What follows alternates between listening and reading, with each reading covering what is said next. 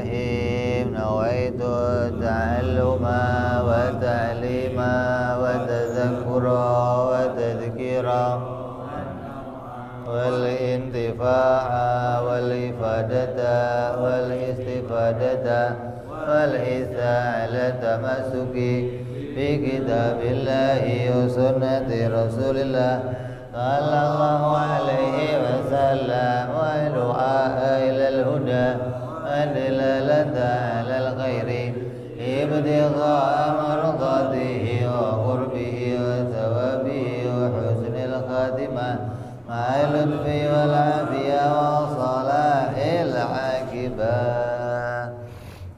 Bismillahirrahmanirrahim. Alhamdulillahirabbil alamin.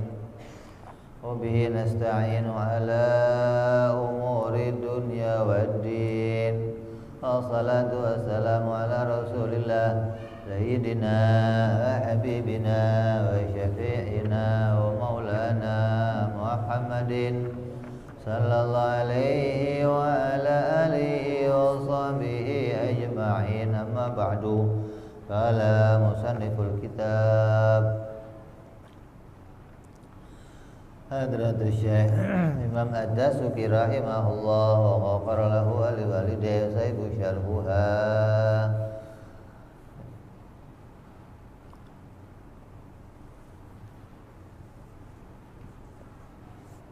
Thumma ila arwa thumma ila sayyidu syarhuha anna Allaha yanfa'una bi asrarihim wa anwarihim wa ulumihim fid dini wa dunya wal akhirah ila anqal, sampai pembahasan mustahil.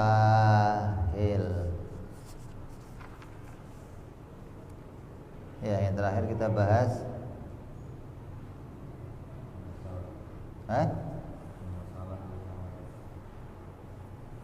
masalah belum dong, baru mau masuk.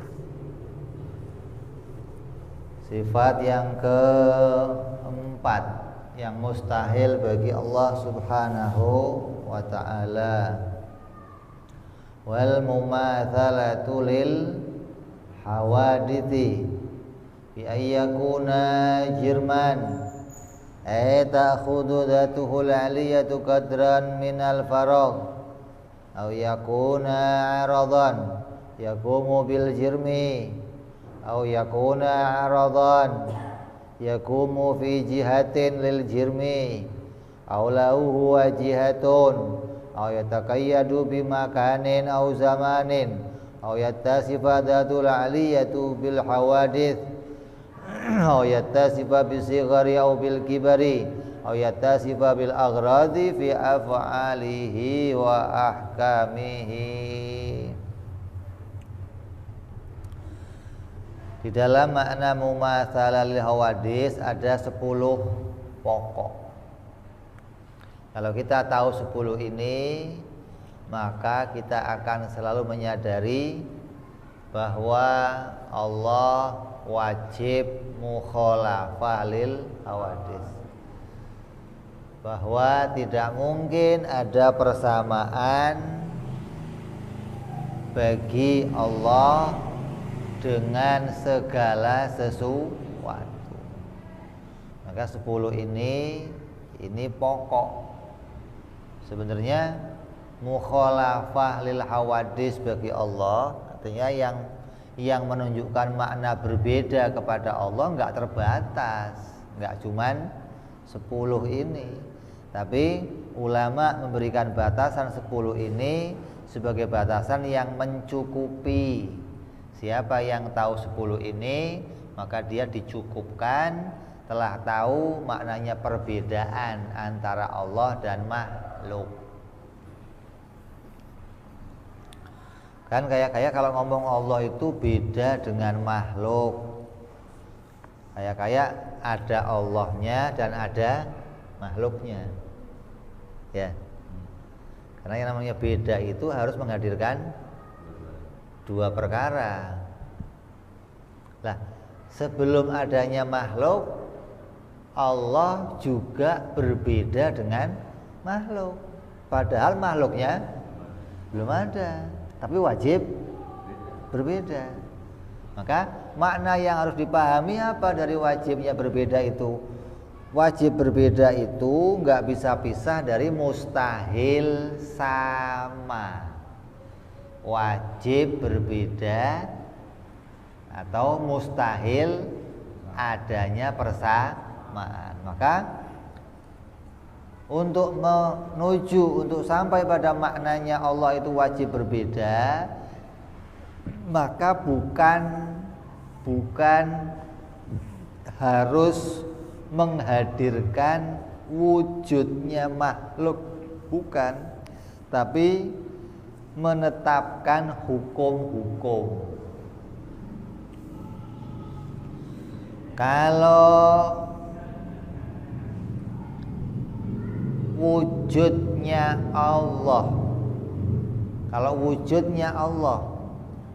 itu memiliki 10 dari keadaan, maka Allah itu pasti seperti makhluk, walaupun makhluknya itu belum ada.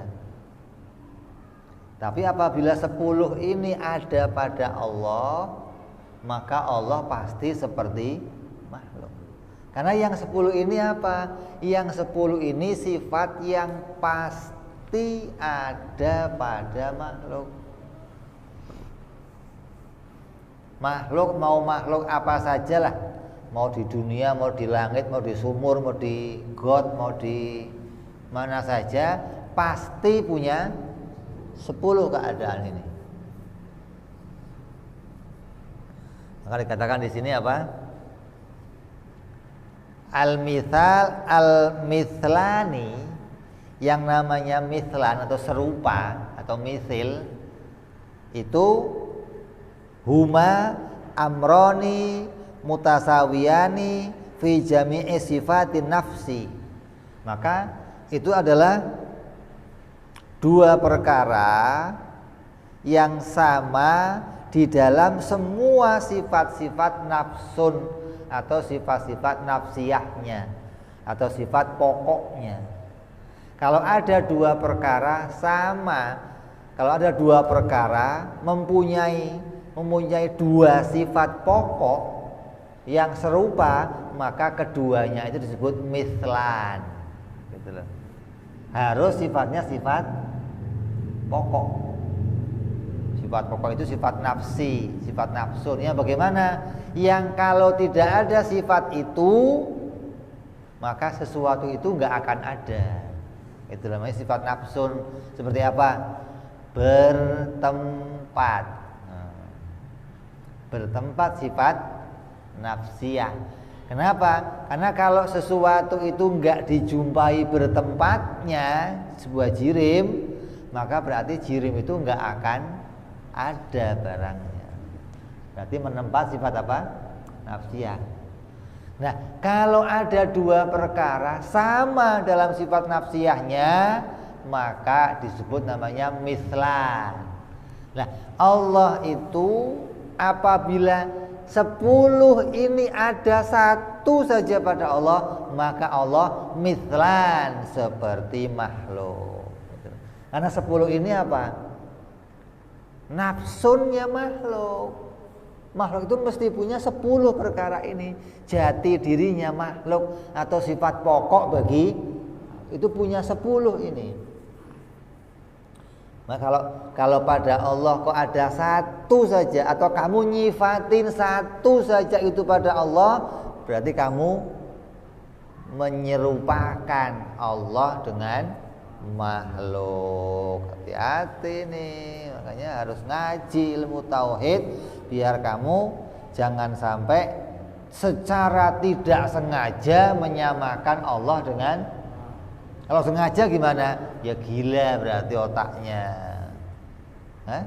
Kalau Allah itu diimani secara sengaja dengan kesadaran dia menyerupai makhluk, berarti otaknya rada soak. Kayak apa? Nabi Isa disifati Tuhan. Wah, ini udah jelas soak namanya pikirannya, jelas-jelas manusia kok disifati Tuhan.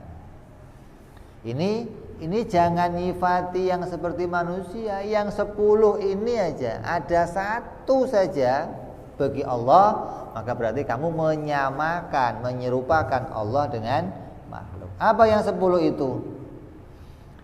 Nafsun itu apa? Wahiyal lati la tataqarraru haqiqatu dzat biduniha. Yang namanya nafsun itu adalah sesuatu yang tidak akan bisa berdiri hakikatnya zat kecuali dengan sifat tersebut. Namanya sifat nafsiyah. Wal mutasawiyani fi ba'di sifatin nafsi au fi ardiyati wa ya sifatul kharijatu an haqiqati dzat laisa bimithlain. Maka kalau perkara yang sama pada sebagian sifat nafsiyahnya saja atau sebagian dari sifat aradnya saja, maka keduanya itu tidak bisa disebut mithlan. Contohnya apa? Allah melihat. Ente melihat. Enggak bisa disebut sama. Allah ada, kamu nggak bisa disebut sama. Kenapa? Karena nafsunnya berbeda, gitu loh. Sama itu hanya dalam namanya, bukan dalam nafsiyahnya, gitu loh. Jadi yang kamu harus tahu, apabila nafsiyah atau pokoknya itu disamakan, maka berarti menyerupakan.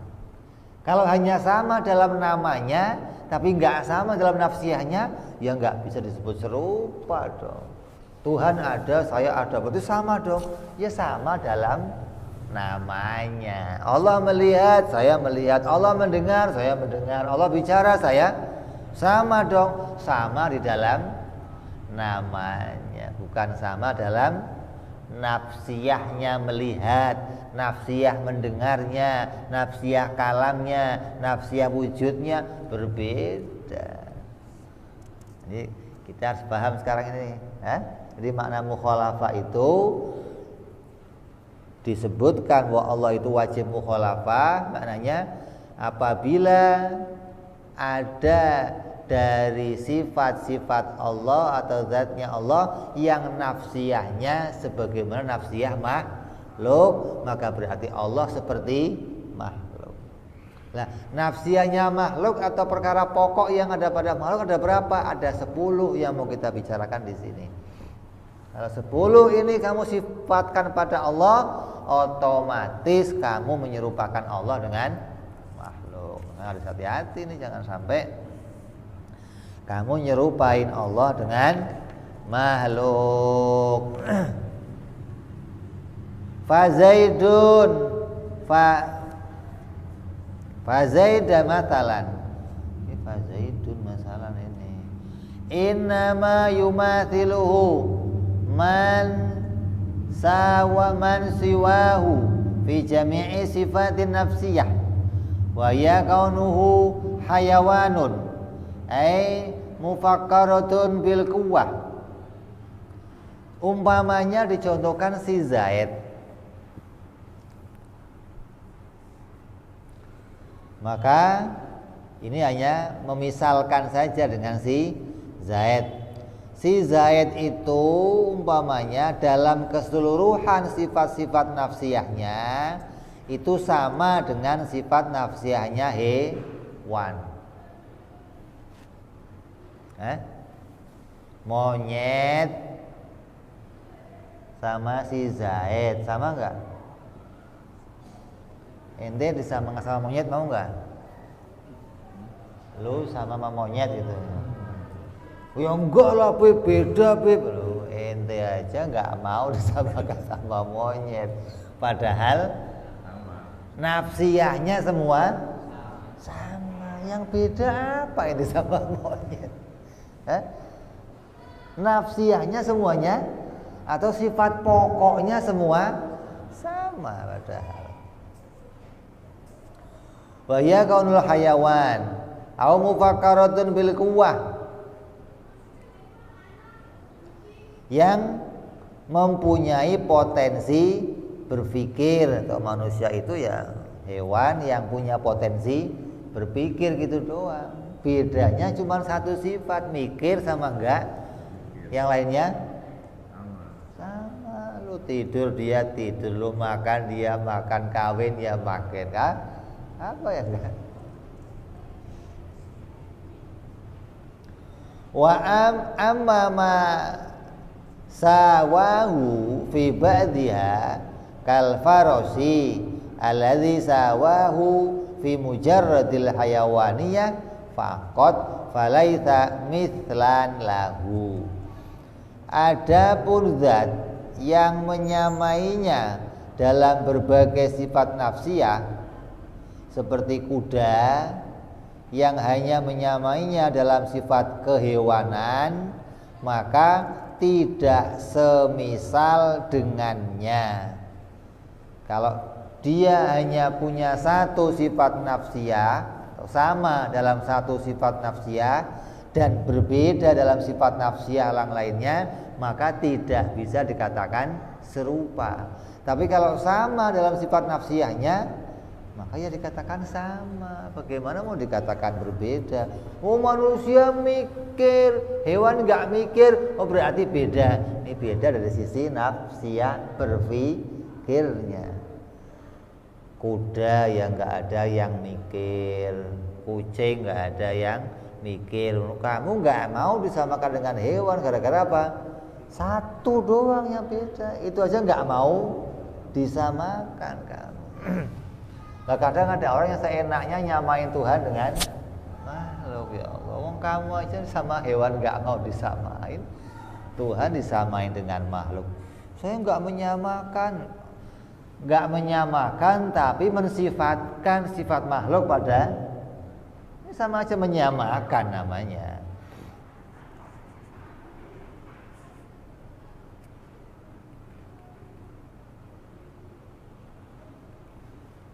Wa kadza ma sawahu fi sifatil ardhiyat kal bayat alladhi sawahu fil huduthi wa sihhatir ru'yati wa nahwi dzalika falaisa aidan mislan lahu. Begitu pula yang menyamainya seperti sifat ardhiyah. Seperti apa? Putih yang menyamai dalam sifat hudus. Putih itu adalah arad yang baru atau bisa dilihat dan yang semisalnya, maka juga tidak semisal dengannya. Ini nggak bisa. Kita katakan Allah itu punya sifat ma'ani, sifat yang bisa dilihat. Kita juga punya sifat ma'ani, sifat yang bisa dilihat. Oh, berarti Tuhan sama dengan kita. Oh ya, nggak bisa begitu. Sifat yang ada pada Allah yang bisa dilihat berbeda dengan sifat ma'ani yang ada pada kita. Beda apanya? Beda nafsiyahnya. Kalau ma'aninya kita itu nempel pada sesuatu. Kalau sifat ma'aninya Allah bukan nempel pada sesuatu. Jadi namanya sama sifat ma'ani, tapi beda nafsiyahnya, beda pokoknya. Jadi nggak bisa kita samakan terus hanya gara-gara Allah punya sifat ma'ani, kita punya sifat ma'ani terus disamakan, nggak bisa. Kalau hewan kan beda. Oh, itu hewan, kuda itu warnanya putih. Maka putih yang ada pada kuda bisa kamu samakan dengan putih yang ada pada tembok. Karena sama, putihnya ya sama, arodnya ya sama, hakikatnya juga sama, nafsiyahnya sama, boleh disamakan. Tapi kalau sifat ma'ani yang ada pada Allah, walaupun keadaannya sama-sama bisa dilihat, tapi berbeda nafsiyah dengan keadaan yang ada pada kita. Fa idza arafta haqiqata mithlain, apabila kamu telah mengetahui hakikatnya mithlain, berarti yang mithlain yang apa tadi? Harus yang nafsiyahnya sama. Kalau nafsiyahnya enggak sama atau hanya sebagiannya saja, tidak bisa disebut mithlain. Serupa HP, serupa dengan HP lagi, semua keadaannya sama. Buku serupa dengan buku lagi, meja serupa dengan meja lagi, yang semua keadaan nafsiyahnya itu sama. Maka fa'lam, kalau kamu sudah tahu ini, maka ketahuilah anal alama kullahu munhasirun fi ajrami wal a'radi. Maka ketahuilah bahwa seluruh alam semesta, ini seluruh alam maknanya seluruh yang namanya itu alam, langit, bumi, matahari, bintang, seluruh bumi, seluruh isinya disebut namanya apa? Namanya apa? Alam semesta.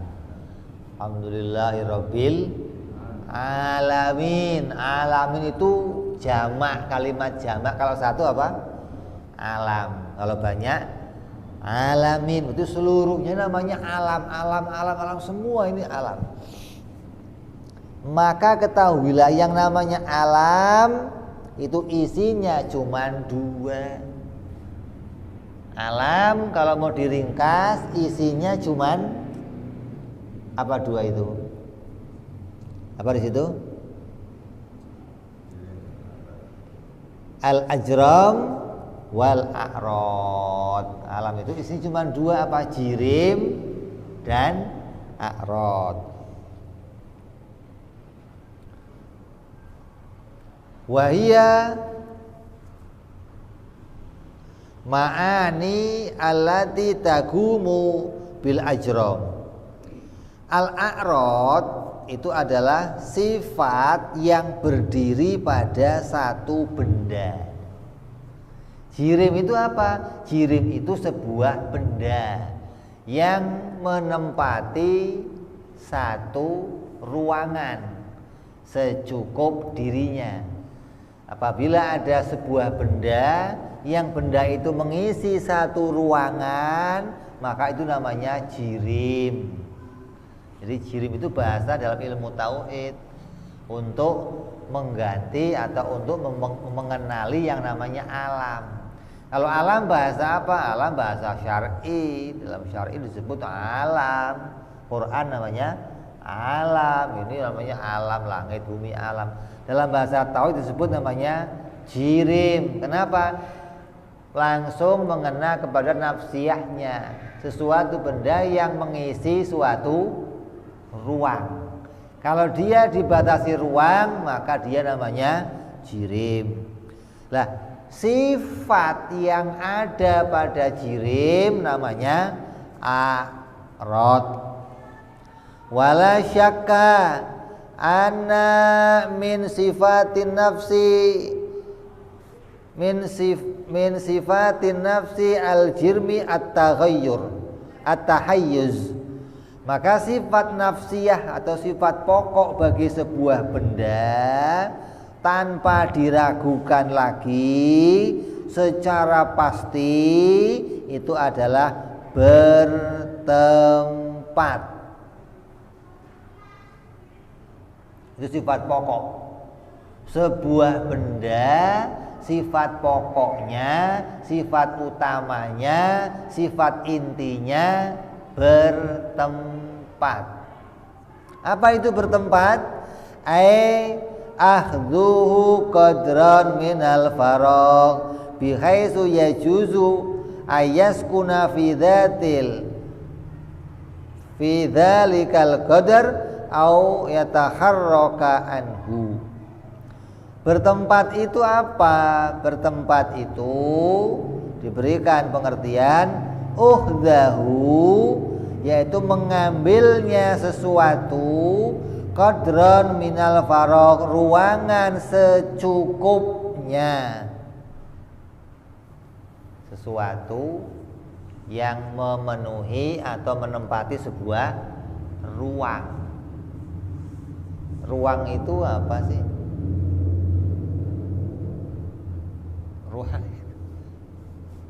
Ruang itu apa? Ruang ya ruang. Ruang apa? Digambarkan antara langit dan bumi. Kalau gambaran langit bumi kejauhan ya kita gambar antara plafon sama lantai. Itu gambarnya gampang itu. Yang ringkas maksudnya. Kalau kamu mau memasukkan sesuatu, kamu mau masukin sesuatu ke dalam masjid ini, sesuatu yang kamu masukkan itu dia mengambil ruangan, mengisi ruangan yang di masjid ini, maka berarti dia benda namanya. Kamu kita contohkan ada orang masuk ke masjid. Maka orang yang masuk ke masjid dia mengisi satu ruangan dari masjid. Ada orang masuk lagi ke masjid, sampai 1000 orang masuk ke masjid, yang terjadi apa? Yang terjadi apa? Penuh. Ruangan masjid terisi semuanya. Nah, yang mengisi itu semua namanya apa? Jirim. Kalau kamu bawa orang masuk kemari tidak mengisi ruangan, lah ini hebat nih. Ini top markotop ini berarti. Ini disebut bukan alam. Kalau kamu bisa bawa orang, bawa kucing, bawa sapi masuk ke satu tempat dan dia tidak mengisi ruangan di situ, maka enggak disebut sebagai alam. Ada.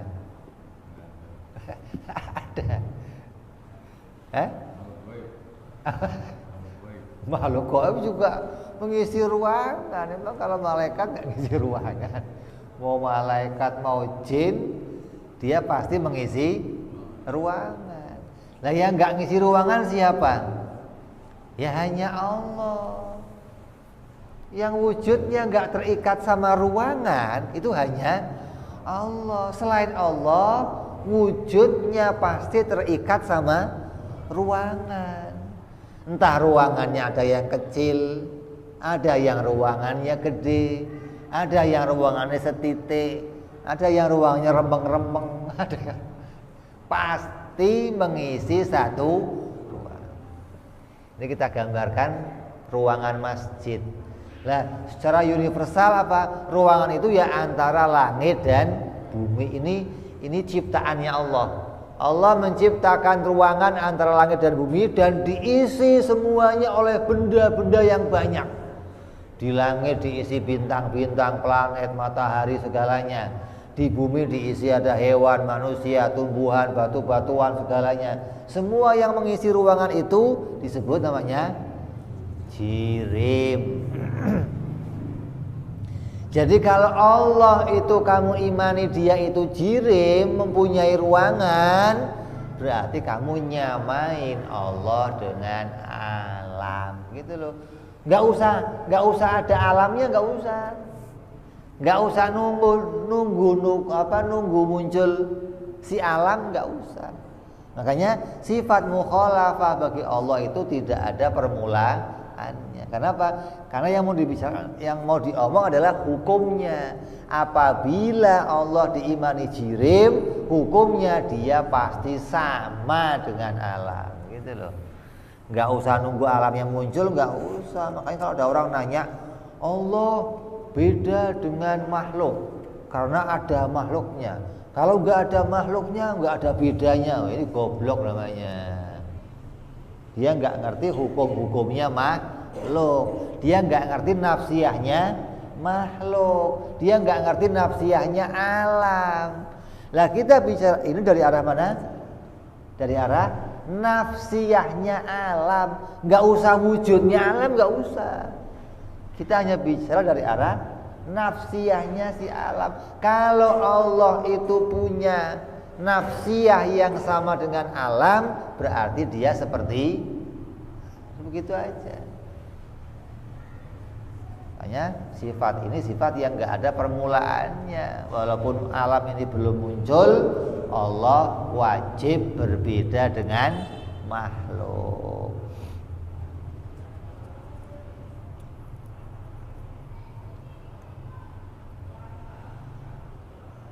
At-tahayyuz ay ukhdahu qadran minal fara bikaitu yajuzu. Apa gambarannya? Gambarannya dia itu menempat yang seperti apa? Yaitu yajuzu ayaskuna fi dalikal qadri au yataharraka minhu. Apa bentuknya? Apa cirinya kalau sesuatu itu sudah disebut bertempat? Apa cirinya? Cirinya bisa dipindahkan dan bisa ditetapkan di situ. Itu cirinya itu loh. Ini benda bukan, cirinya bagaimana? Geser aja, bisa nggak dia geser? Kalau bisa geser berarti benda. Kalau bisa geser berarti dia menempati satu ruangan. Lah Tuhan bisa digeser? Tuhan bisa geser-geser. Geser kemana? Naik turun. Kalau ada Tuhan, Tuhan itu bisa turun naik. Berarti bisa.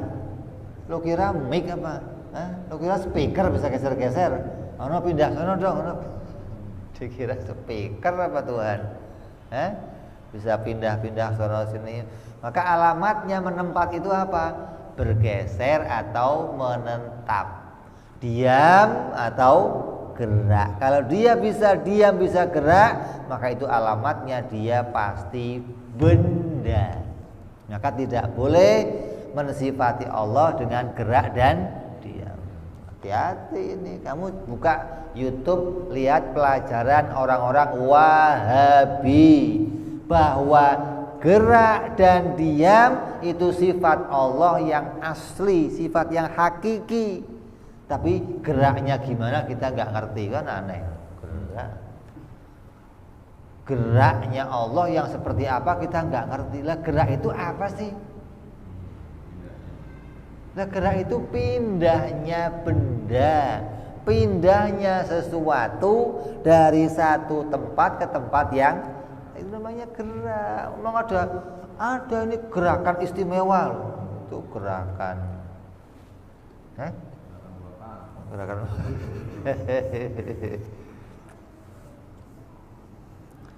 jadi jangan sampai kita kebablasan sampai mensifati sifat makhluk disifatkan kepada Allah. Loh itu kan Allah ngomongnya Allah gerak, Allah turun pada sepertiga malam. Allah mau mensifati apa saja pada dirinya, itu haknya Allah.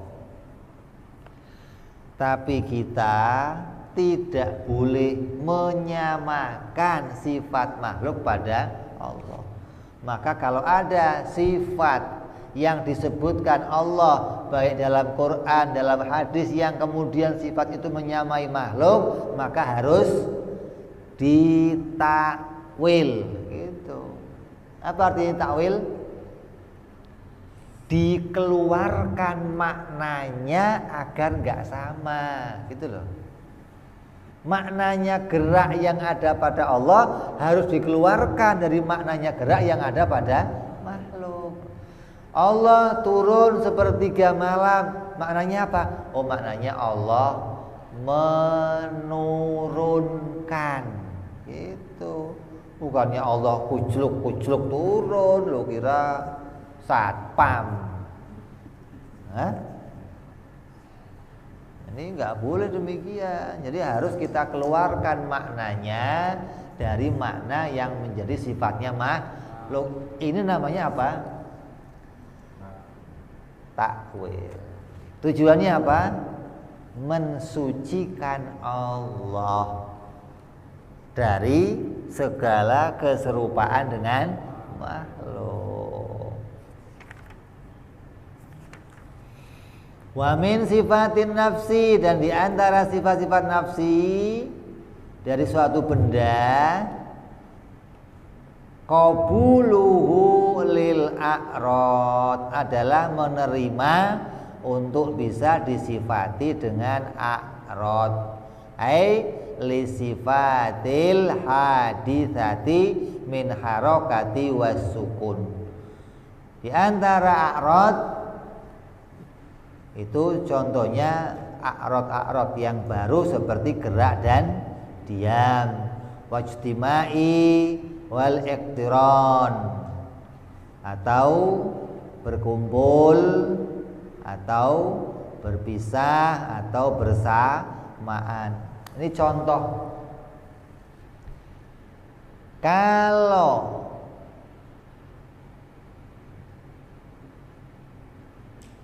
sesuatu bisa disifati dengan a'radnya hawadis, dengan sifatnya sesuatu yang baru, ada sebuah benda atau ada satu perkara bisa disifati dengan sifat yang baru, maka benda itu pasti baru. Contohnya sifat baru apa? Gerak, diam. Ini contohnya sifat yang baru. Apalagi? Kumpul, pisah. Ini sifat yang baru nih. Saya kumpul dengan meja, atau saya pisah dengan meja. Baju saya kumpul dengan saya, atau pisah dengan saya. Kita kumpul dalam ruangan satu atau pisah dalam ruangan. Bisa bersama, bisa sendiri, itu sifatnya makhluk. Nah, Allah enggak begitu. Allah enggak bisa kumpul dengan makhluk. Innallaha wa malaikatahu yusholluna 'alan nabi. Allah bersama-sama malaikat kumpul dalam satu masjid, wiridan bareng, salawatan bareng, gitu maksudnya.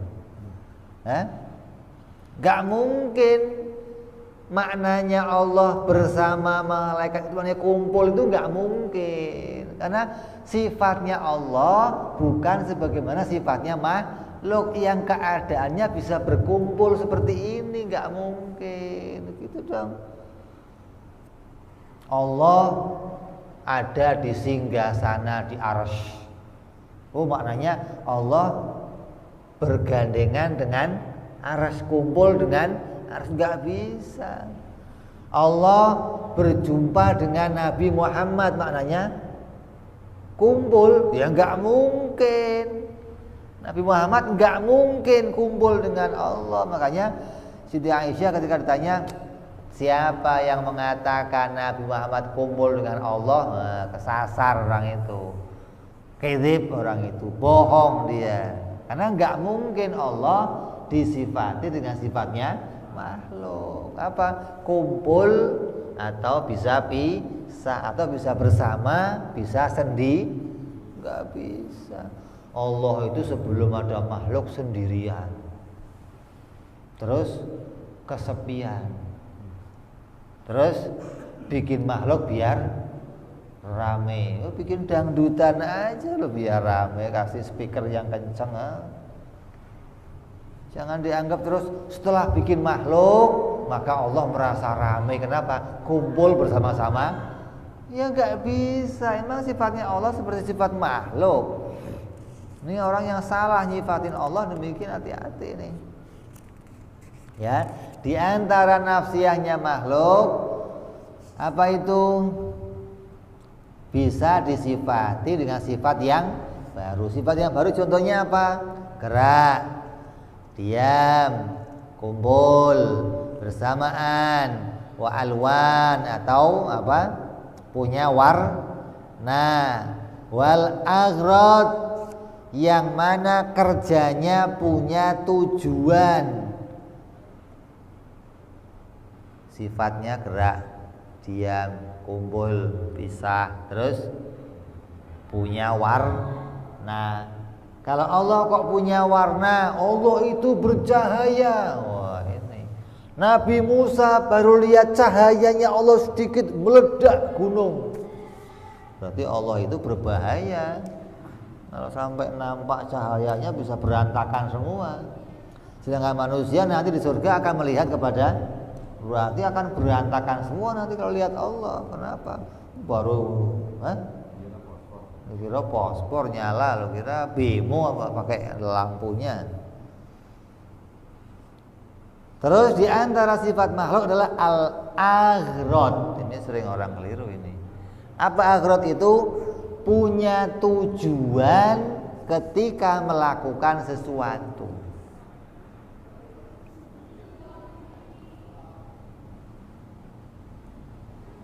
Alam ini tadinya sebelum diciptakan ada nggak?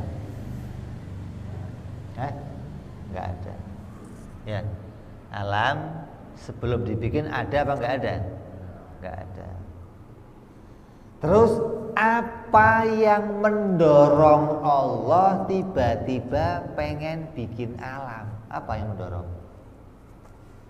Kesepian, mau cari kawan, pengen cari hiburan, mau cari tontonan. Apa ini?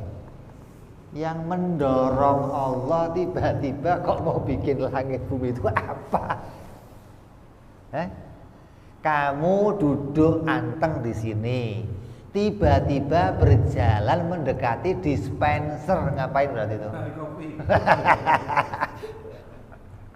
Yang mendorongnya apa? Ya apa? Ngantuk, haus, ini mendorongnya. Kalau kamu nggak haus, mau dekat-dekat dispenser? Kalau kamu nggak ngantuk, mau ngurusin kopi, berarti kan ada yang mendorong untuk melakukan sesuatu. Lah, yang mendorong Allah menciptakan alam ini apa? Nggak ada. Kalau ada, berarti sama dengan yang melakukan sesuatu karena terdorong oleh satu kebutuhan. Kamu kan tahu-tahu mendekati dispenser karena butuh haus, nggak bisa menghilangkan, maka butuh air. Kalau kamu bisa menghilangkan haus kamu tanpa air, kira-kira mau dekat-dekat dispenser nggak? Itu loh mikirnya yang waras gitu loh maksudnya. Jadi nggak ada yang mendorong Allah.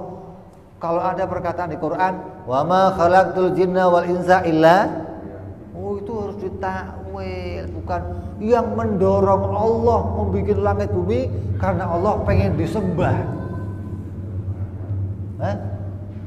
Dapat legitimasi, pengen diresmikan sebagai Tuhan, maka Allah mengumumkan saya adalah Tuhan. Lo kira Jokowi apa? Ngumumin pelantikan butuh diresmikan segala sebagai presiden? Enggak begitu. Ya. Jadi ini sifat-sifat makhluk harus kamu kenali yang 10 itu. Karena dari yang 10 itu kalau satu saja kita samakan kepada Allah, berarti kamu menyamakan, menyerupakan Allah dengan makhluk. Wa nahwi dzalika wa min sifatin nafsi at-tahsisi bi ba'dil jihadi wa ba'dil amkinah. Dan di antara sifat pokoknya makhluk lagi apa di antaranya? Ini yang punya tujuan harus kita hilangkan juga tadi.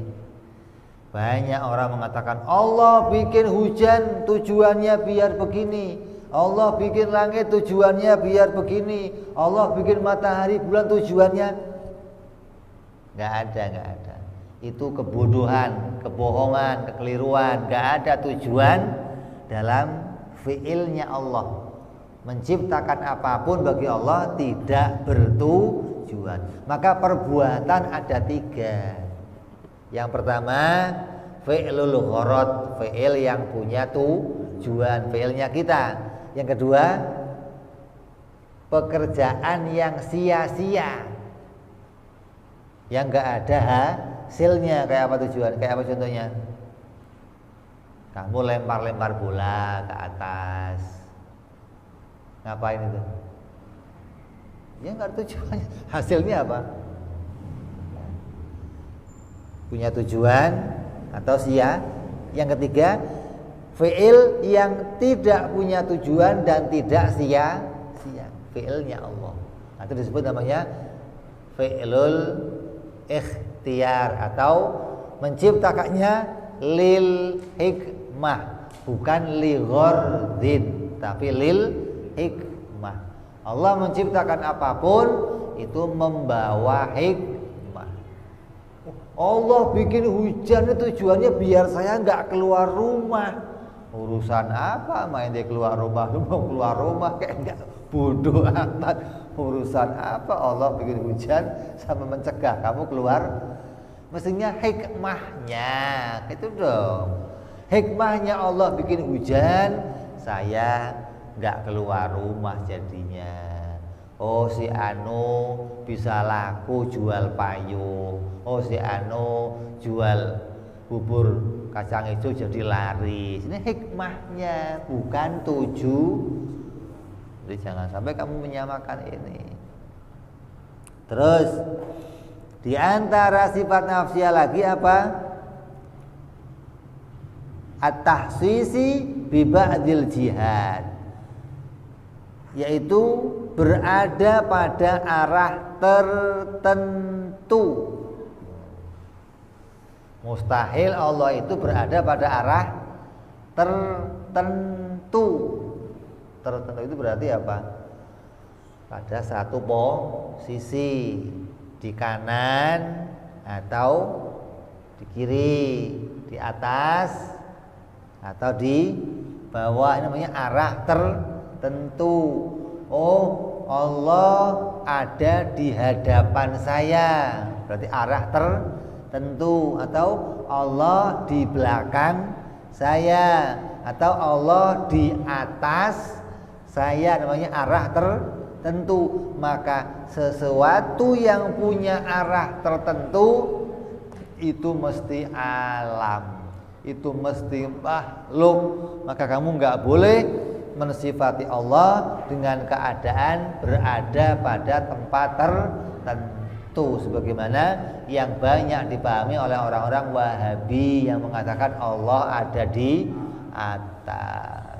Oh, nggak boleh Beb ngomong Allah di atas. Terus di mana? Di mana-mana Beb. Ini lebih parah lagi. Wong satu tempat aja nggak mungkin, kok banyak tempat. Lo kira Tuhan cuil-cuilan banyak gitu, kececeran kayak sampah apa? Hah? Di sono ada, di sini ada, di sono ada. Tuhan berarti berapa itu? Banyak dong kalau begitu. Jadi mensifati Allah dengan mengatakan ada pada arah tertentu yang nggak boleh, atau lagi ngomong Tuhan ada di mana-mana. Terus tidak boleh pula mengatakan Allah itu berada bi ba'dil amkinah, pada tempat tertentu. Ada di Mekah, ada di atas langit, ada di singgasana, ada di dunia, ada di surga. Tidak boleh mensifati Allah dengan sifat bahwa Allah ada pada tempat tertentu. Wa hadhihi sifatu kulluha mustahilatun ala maulana jalla wa azza. Maka 10 nafsiyah, 10 sifat pokoknya makhluk itu tidak ada, itu mustahil bagi Allah subhanahu wa ta'ala, zat yang maha suci dan maha agung. Fayalzamu alla yakuna ta'ala jirman, maka tetaplah bahwa Allah itu bukan jirim. Pokok utama ini.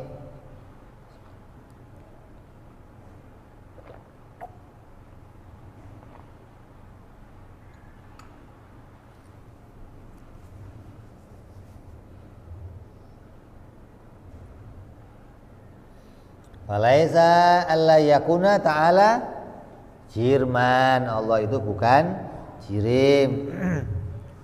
Wa amal aradu famin sifatin nafsihi qiyamuhu bil jirmi. Adapun nafsiyah atau sifat pokoknya arad itu apa? Berdiri pada jirim. Yang namanya arad seperti apa tadi? Gerak, diam, apalagi kumpul, pisah, warna.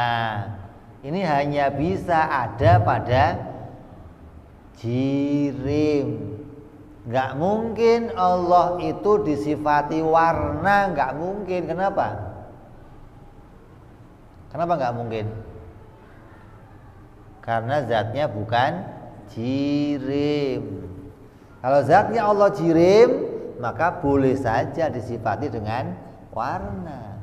Kalau zatnya Allah jirim, maka boleh saja gerak dan diam. Kalau zatnya Allah jirim, maka boleh aja kumpul dan pisah dengan yang lain. Tapi ini tidak mungkin. Kenapa? Zatnya Allah bukan jirim. Wa amal aradu fa min sifatin nafsi qiyamu bil jirmi. Wa min sifatin nafsi wujubul adami lahu fi zamanin tsani li wujudihi bihaitsu la yabqa aslan. Begitu pula wajib ketiadaannya pada zaman kedua.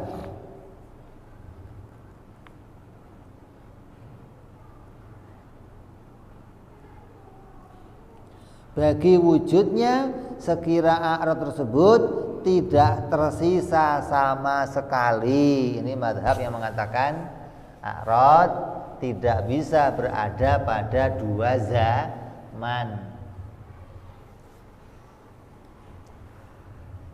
Kita ini disuruh iman yang seperti ini nih.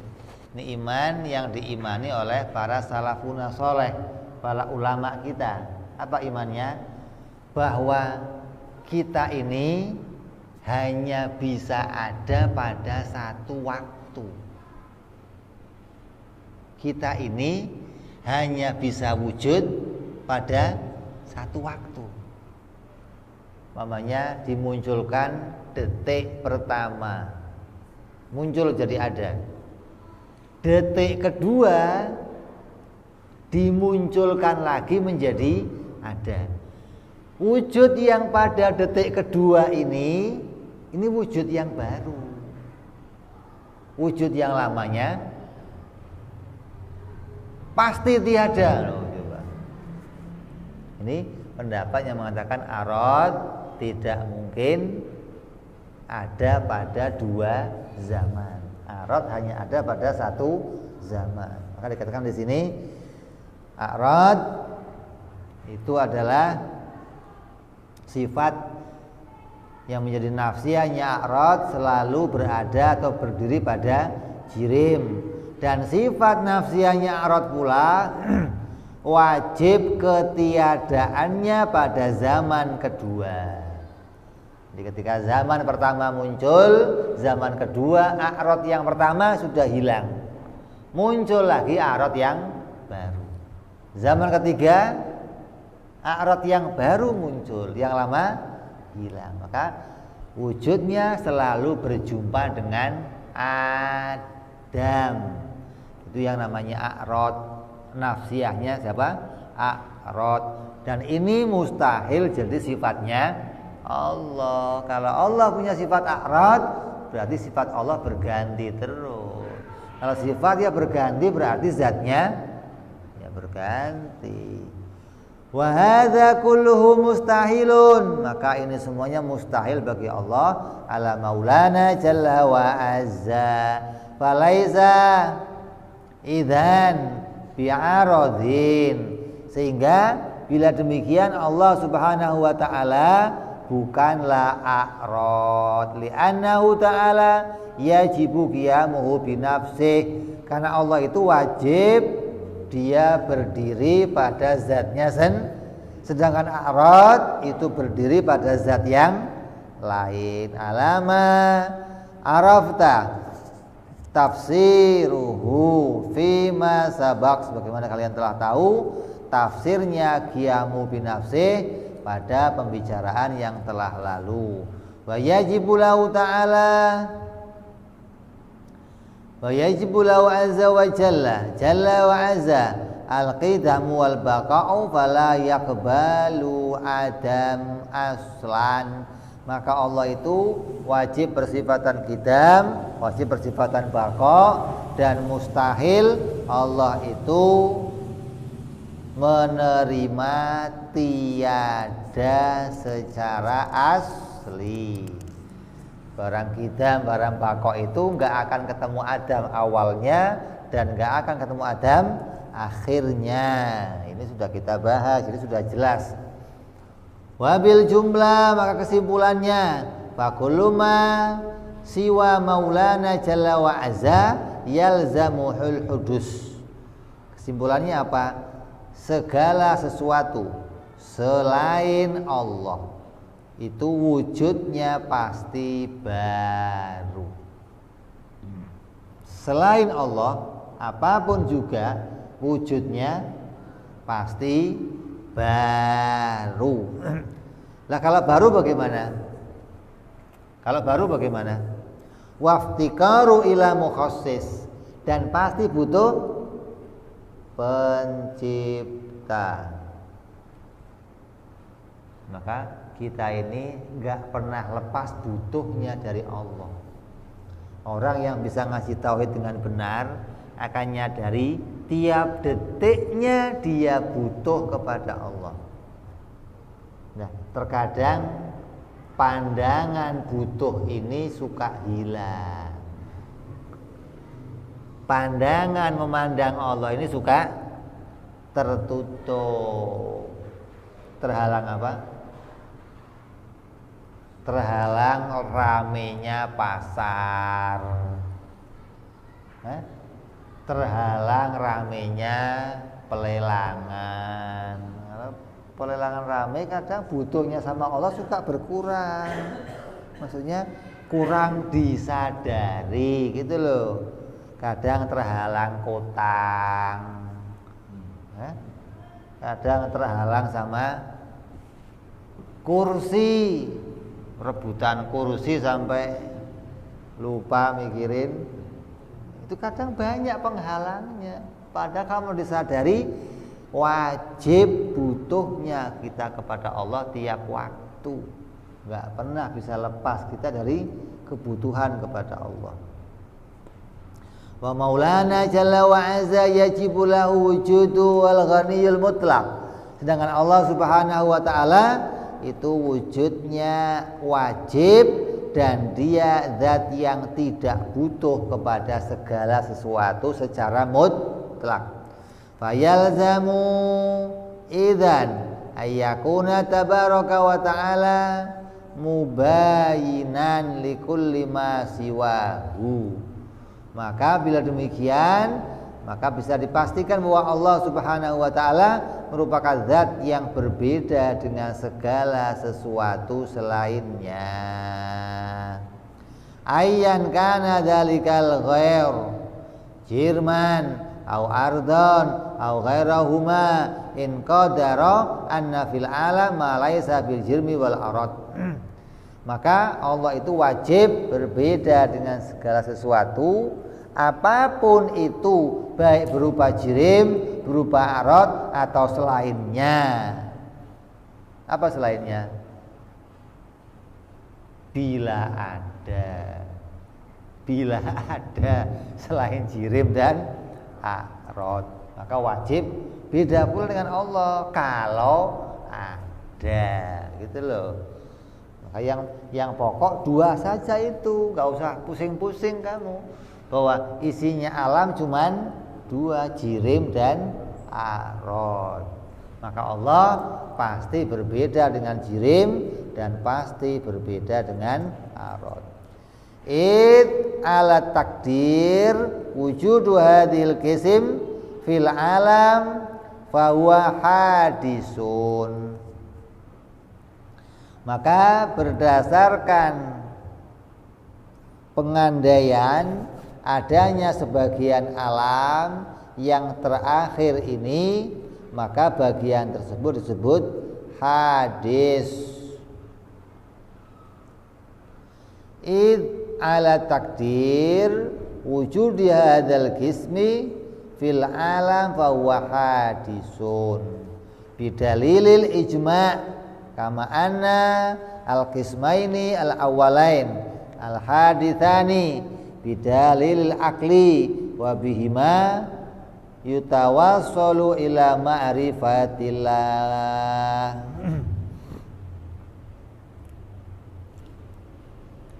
Maka berdasarkan pengandaian ini bahwa alam itu adalah semuanya adalah baru. Berdasarkan ijma' kama ana al-qismaini al-awwalain al-haditsani bidalilil akli. Maka berdasarkan sebagaimana dua bagian yang pertama bahwa hadis dengan dalil akli, maka kehudusan jirim dan arad dapat menjadi pengantar kepada datangnya makrifat kita kepada Allah.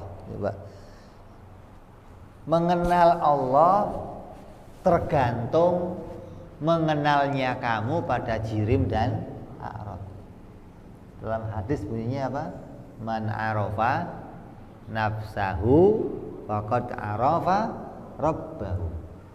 Tafakkaru fi khalqillah wala tafakkaru fi dzatillah.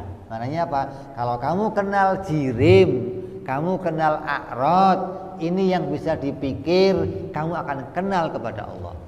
Kalau kamu nggak kenal jirim, nggak kenal a'rad, jangan ngimpi kamu mau kenal Allah.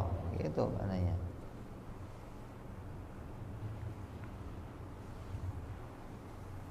Adapun dalil adalah sam'i dari ijma' adalah sabdanya Rasul sallallahu alaihi wasallam, kana Allahu wala syai'an ma'ahu.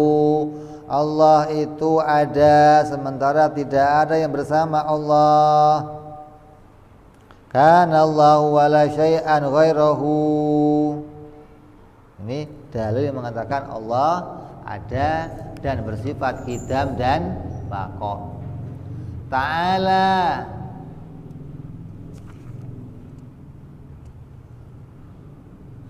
wa bihi ma yutawassalu ila ma'rifatillahi ta'ala wa ma'rifatihi rusulihi alaihi wassalatu wassalam hatta sahhalana anastadilla bin naqli anhum ala huduthi dzalikal qismi al-maqdur.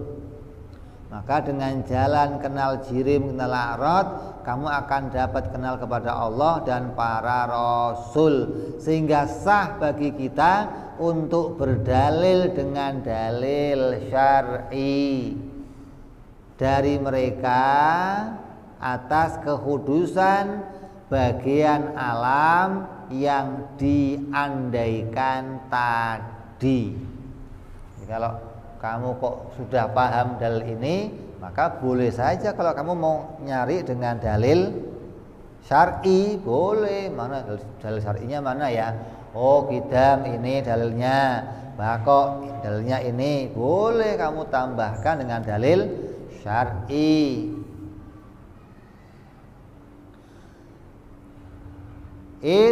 La yasluhu lil uluhiyah qat'an bidalili burhanil wahdaniyah wal ijma'i ala huduthi kulli ma siwal ilah al haqqu tabaraka wa ta'ala.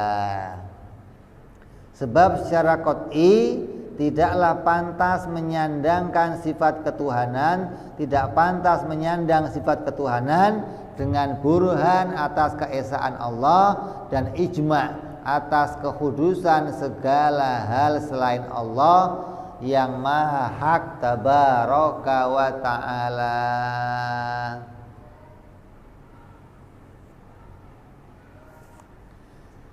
Faqad istabana laka alla mithla lahu, maka dengan beberapa dalil yang sudah kita kemukakan, maka jelaslah bagi kalian bahwa tidak ada yang seperti Allah, tidak ada yang serupa dengan Allah aslan secara hakiki. Li'anna at-tabayuna fil lawazimi dalilun ala tabayuni fil malzumat, maka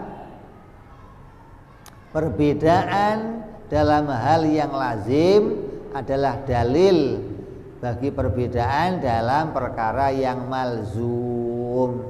Maka dalilnya di sini adalah dengan dalil lazim dan malzum. Kalau dia itu lazim pada 10 perkara ini, maka dia pasti makhluk. Kalau dia enggak ada 10 perkara itu, maka dia enggak lazim disebut dengan makhluk. Maka ini yang harus kita kuatkan sebagai bentuk kita mengimani kepada keesaannya Allah Subhanahu wa ta'ala, bahwa hanya Allah lah zat yang bersifat qidam, zat yang bersifat baqa, yang tidak ada lagi zat yang serupa dengan Allah Subhanahu wa ta'ala. Maka mukhalafal hawadis di antara sifat pokok yang harus kita ketahui, hingga akan hilanglah penyerupaan kita kepada Allah. Seperti pula mengatakan Allah itu gede, atau mengatakan Allah itu kecil. Allahu Akbar, Allah Maha Besar, mau diartikan apa coba? Besar itu banyak isinya, atau besar itu gede banget, atau boleh.